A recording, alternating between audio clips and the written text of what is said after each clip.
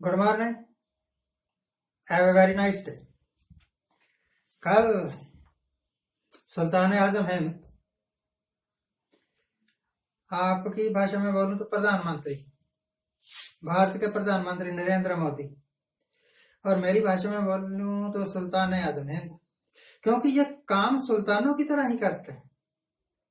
पुराने जमाने में सुल्तान सुल्तान कोई किसी का कानून थोड़ा मानते थे, कोई उनका कॉन्स्टिट्यूशन थोड़ा था। जो मुंह से निकल गया वही मुंह से निकल गया कि आज रात 12 बजे से नोटबंदी तो नोटबंदी, मुंह से निकल गया कि आज रात से कर्फ्यू तो कर्फ्यू।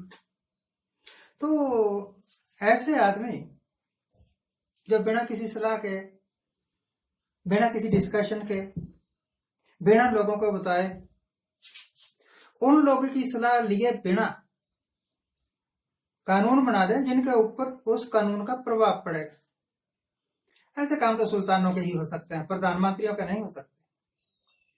प्रधानमंत्री को डेमोक्रेटिकली काम करना चाहिए, और काम करना चाहिए कॉन्स्टिट्यूशन के दायरे में रह के। जो कॉन्स्टिट्यूशन के दायरे में भी ना रहे और अपनी मनमर्जी करे तो सुल्तान हो गया ना।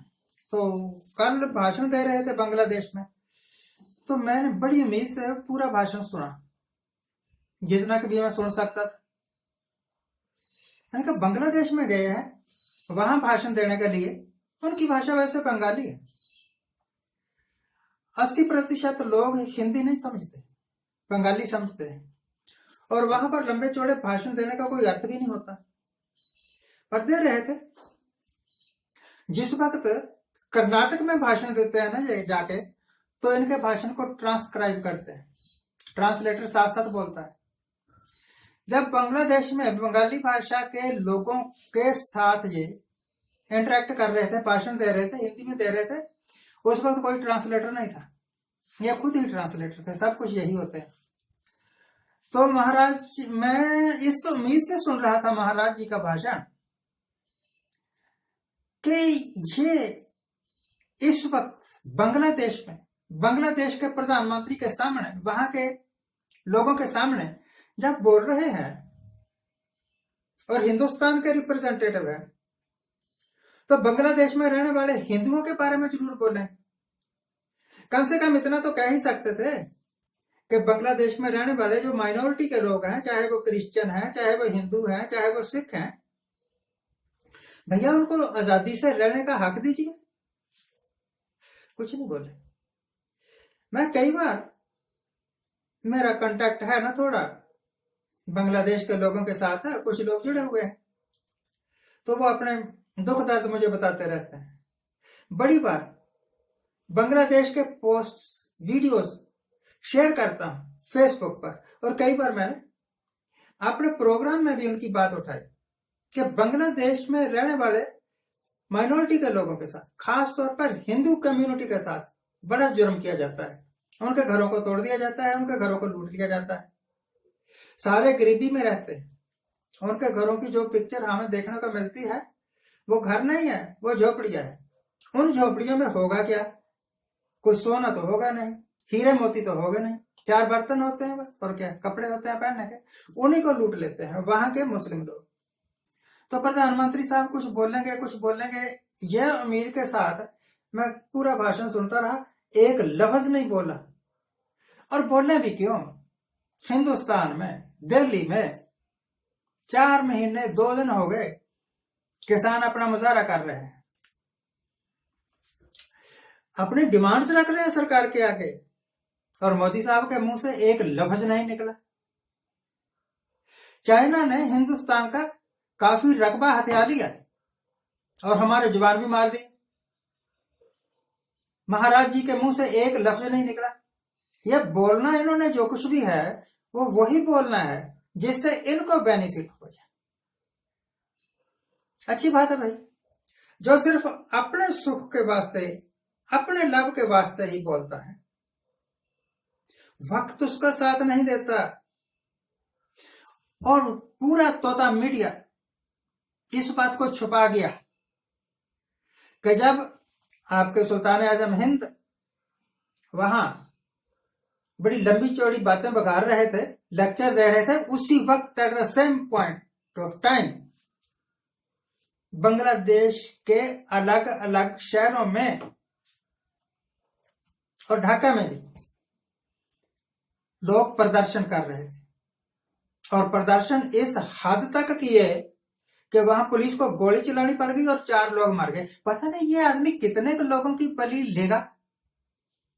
दिल्ली में किसान आंदोलन में 300 से ऊपर लोग मर गए हैं इनकी कृपा से। कभी कुछ बोला? सैकड़ों की तादाद में नौजवान, खासतौर पर सिख नौजवान दिल्ली में कैद है, और उनका कसूर सिर्फ यह है कि उन्होंने किसान आंदोलन में हिस्सा लिया था। उनको एक भी आवाज उठी उनके हक में? कल मैं एक पोस्ट देख रहा था फेसबुक पर, एक लंबा चौड़ा सिख नौजवान, हाथों में हथकड़ियां, पैरों में बेड़ियां और यहां कमर में भी जंजीरें बंधी हुई। कसूर क्या उसका? कसूर सिर्फ यह होगा कि उसने अपने हक के वास्ते आवाज उठाई होगी। तो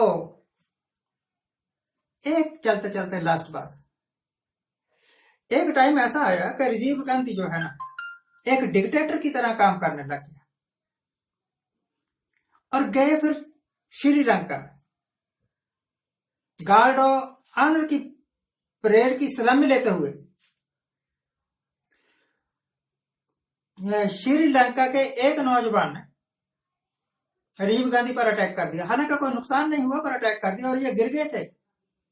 उसने बट इतनी जोर से मारा था ना बंदूक का कि ये नीचे गिर गए।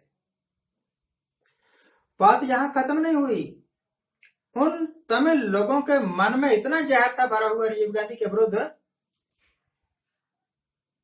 कि राजीव गांधी शहीद हो गए LTTE के द्वारा। जिस वक्त आप किसी को बहुत ज्यादा तंग कर देते हैं तो उनसे कोई मित्रता की उम्मीद मत रखिए। दुखी लोगों की गोली दुखी लोगों की आह मार लेती है। अमेरिका में ऐसा हो चुका है, हिंदुस्तान में 2 बार ऐसा हो चुका है, श्रीलंका में हो चुका है, बांग्लादेश ने खुद अपने प्राइम मिनिस्टर को गोली मार दी।